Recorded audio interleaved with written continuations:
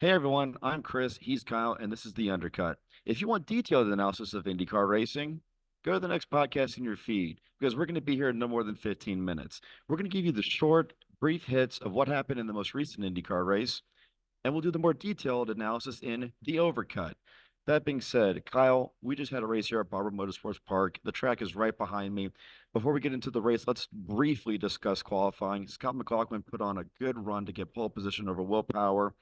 Good rebound for the team after a very challenging last week for them. Yeah, Team Penske was all business as one would expect, especially given all the other off-track circumstances they were dealing with as an organization. But McLaughlin fast there; he was fast there last year. Will Power is always quick, so not a huge surprise to see those two cars out front, which obviously set them up for a very successful race. Yes, and if you want to know more about that, that's for the overcut. We're not getting into details here. So it was 90 laps around Barber Motorsports Park, 2.3 miles track, 17 turns. Race had four cautions. We're just going to briefly touch on them. The first caution was a three-lap caution early in the race. Pietro Fittipaldi spun off in turn 13 after contact with Pato O'Ward.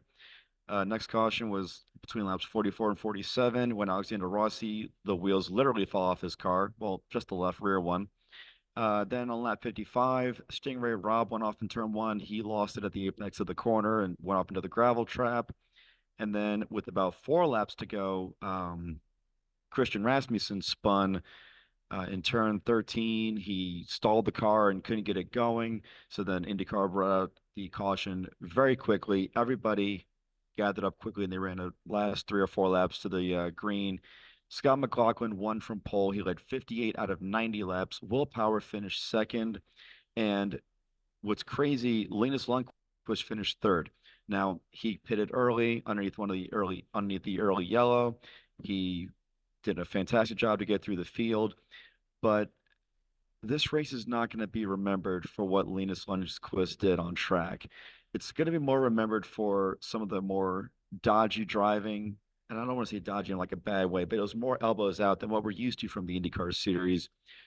But it mostly will be remembered for the bridge. I know we're not going to get too far into it because everybody has a lot of other things they need to get going on. You want to get done with this podcast, you want to go on to other things. We get that. We'll mention it briefly here. We'll go into more detail about it on the overcut, but Barber Motorsports Park is a very eccentric racetrack. There are a lot of oddities here. In fact, turn six, right behind me over there, it's called Charlotte's Web because there is a massive spider sculpture right outside of the corner. There's ants. There's a woman in a pool. There's an inflatable church.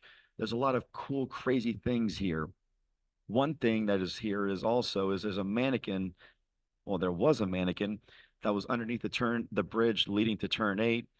Georgina fell right next to the racetrack. James Hinchcliffe lost it in the TV booth. The mannequin lost her hand when Luca Giotto hit it.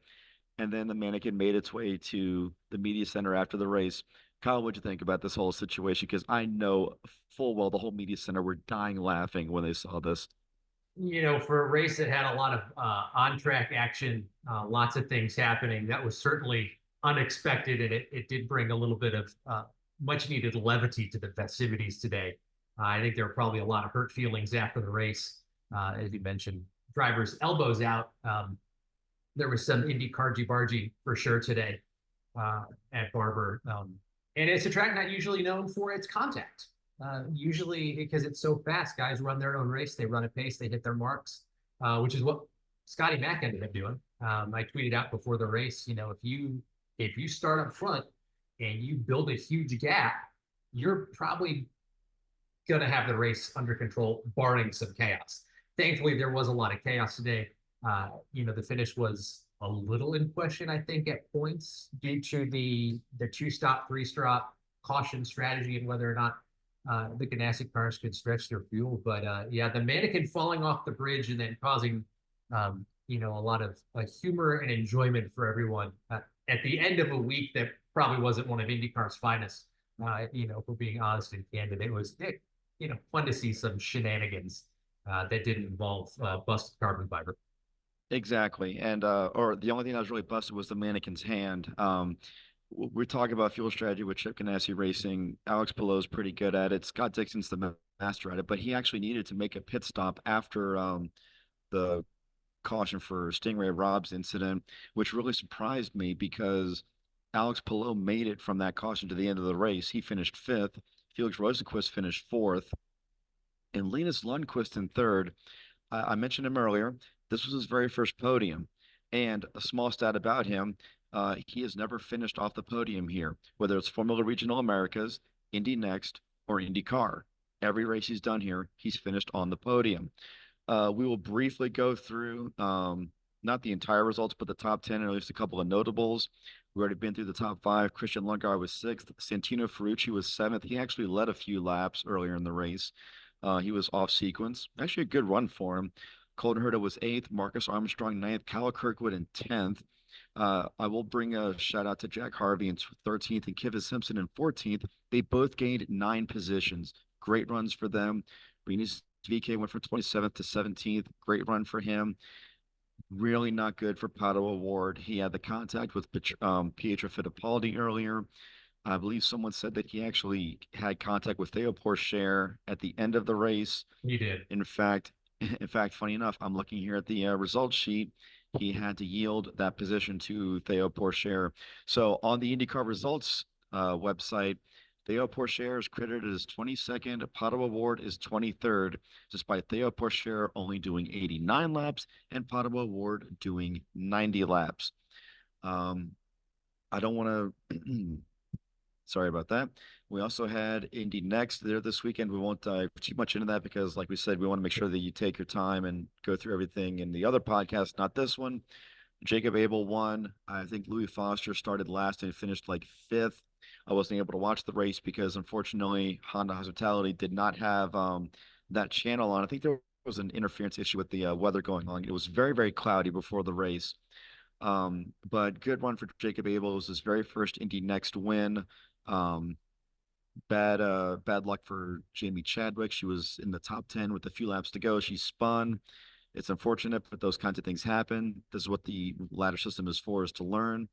And we'll see them again at the Indianapolis Motor Speedway road course. Now, I think we got a couple more minutes left. Let's go over what's coming up here on the IndyCar schedule real fast. The Indy Grand Prix, I think it's the Sancio Grand Prix is who is promoting it now.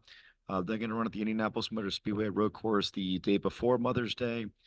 Then you have Thursday through Friday, you have practice.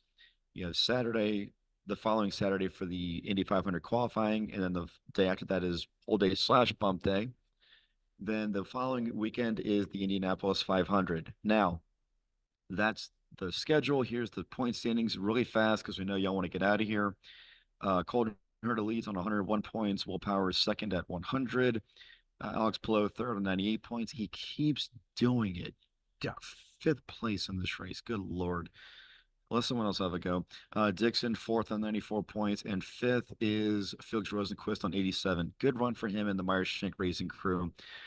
Kyle, before we get out of here, what are we looking at in terms of the IMS road course? We're expecting Power and the rest of the Penske crew to fully put everything behind him and just kick some more butt, or do we think that we're going to see a new winner? I think it's a toss up there. It depends a lot on the weather. I think lost in all the chaos of today and everything that happened on track and the off track stuff leading into the race. It's April 28th. The month of May starts Wednesday. Like the biggest portion of the IndyCar calendar is coming up, and I think that's like the subtext to everything else that happened in Alabama this week. Month of May, if it rains, which it has been known to do, 2019 it was all kinds of crazy. Scott Dixon was on the podium. He and Jack Harvey, I believe, were on the podium. I don't recall if something had won in 19, but there was weather there in 19. Yeah, Pagano won over Dixon, and I think Harvey was third because I remember writing about that for IndyCar.com. Pagano had a phenomenal May in 19. Yes. It could be warm. It could be 75 and sunny. It could be 40 and rainy. Who knows? I haven't checked the forecast, but the Indy GP kicks off the month of May, and then the cars hit the big track a few days later, and then you've got pole day, and then of course the 500 coming up. some kid named Kyle Larson is making his Indy 500 debut this year, which I know a lot of people will be tuning in to see. Really excited to see that. Curious to see how Team Penske defends their title. Andretti always fast at the 500. Now, it'd be good to see Marcus Ericsson, who's not defending race winner, 2022 champion of the Indy 500. Can he bounce back? That team has struggled this year. Some self-inflicted, some mechanical, but I don't think Marcus headed over to Andretti anticipating the type of results he had. Kyle Kirkwood is running well, 3 top 10s to start the season, pretty much what we expect for that young man who's supremely talented. And Colton Herter, our points leader, very quietly the points leader. Dixon had trouble. I think if he doesn't have that run-in with Graham Rahal, he probably finishes high enough to maintain the points lead. But Herta, first time in his career, he's leading the points. So we'll see how that shakes out. Herta has never really had a good month of May. He has struggled there, especially in the 500. So that's the beauty of it. That's what I love about IMS is you never really know. The lady will end up picking the winner, as she always does. Well, you look at you mentioned Team Penske there. I did want to bring up one quick thing. We'll talk about this more on the Overcut. Joseph Newgarden had a very emotional press conference on Friday, almost in tears. He started 8th. He finished 16th. Overall, it was a race to forget for Joseph Newgarden. But I think at the end of the day, he was just happy to get out of Barber with a car that was intact, with no damage to the car. And in the race, he didn't really do anything stupid. So for him, what more could you ask for? Kyle, I don't know about you, but I think we just about covered everything that we wanted to, just to give everyone a little bit of a snippet here of IndyCar racing. This is what the undercut is for. We're not going to do anything in depth here. We're not going to do anything crazy. We're not going to do anything that's going to be layer upon layer upon layer upon layer of information gathering. That's what the overcut is for. You want to get on with your life. You want to get on to listen to other podcasts. That's the format of this show. It's just to get in, out, get, grab, bonk, just like Chappelle's show did. So that being said, Kyle, any last words? No, thrilled we're doing this. We've got Chris, actual hard-carded member of the media, former hard-carded member of the media. It's been a few years since I've been in the paddock, but love to chat about IndyCar for sure. This race, if you go back and watch the replay, if you didn't see it on TV and you happen to stumble across this podcast, go back and watch the replay. It was a lot of fun for 90 laps. A little, not very Barber-esque. It was a little crazy for a Barber race. They have gone caution-free before. A lot of really talented drivers made mistakes. Pato O'Ward, the St. Petersburg winner, race to forget. Basically a race to forget for the entire Arrow McLaren team. 22nd, 23rd, 25th.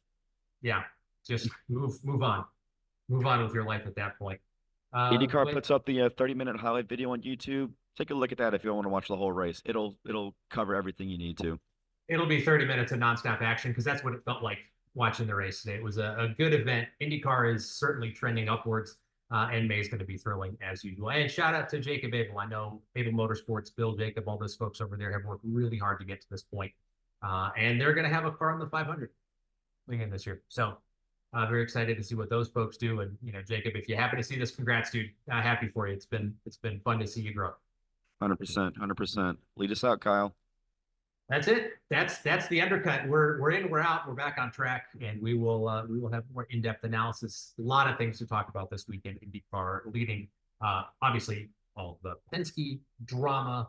A lot of things happening on track. We're going to talk about some teams, their struggles, our thoughts on some of those drivers and teams and what they need to do to improve.